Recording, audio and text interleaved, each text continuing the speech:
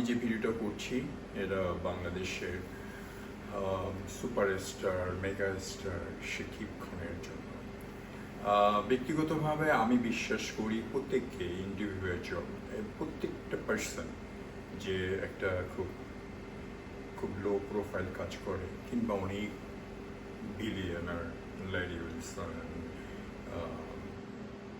ফেসবুকের ওনার বা গুগলের ওনার কী সব নাম, বিল গেটসের নাম অবশ্য ছোটোবেলা থেকে শুনেছি। সবাই তার জায়গায় সুপারস্টার।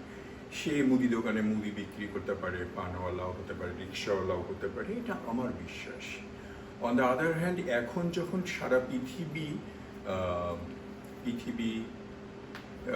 ইরান, ইসরায়েল এগুলো নিয়ে কথা বলছে, সেক্ষেত্রে আমি হয়তো সেগুলো নিয়েও কথা বলতে পারি বা বলবো পরে, আপাতত না। বলে না বনেরা বনে সুন্দর, শিশুরা মাতৃকোলে।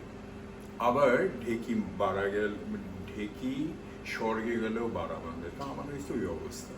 এন্ড অফ দ্য ডে আমার মুভি নিয়েই কথা চলে আসে। আর আজকে যে কথাটা বলবো শাকিব খানকে নিয়ে।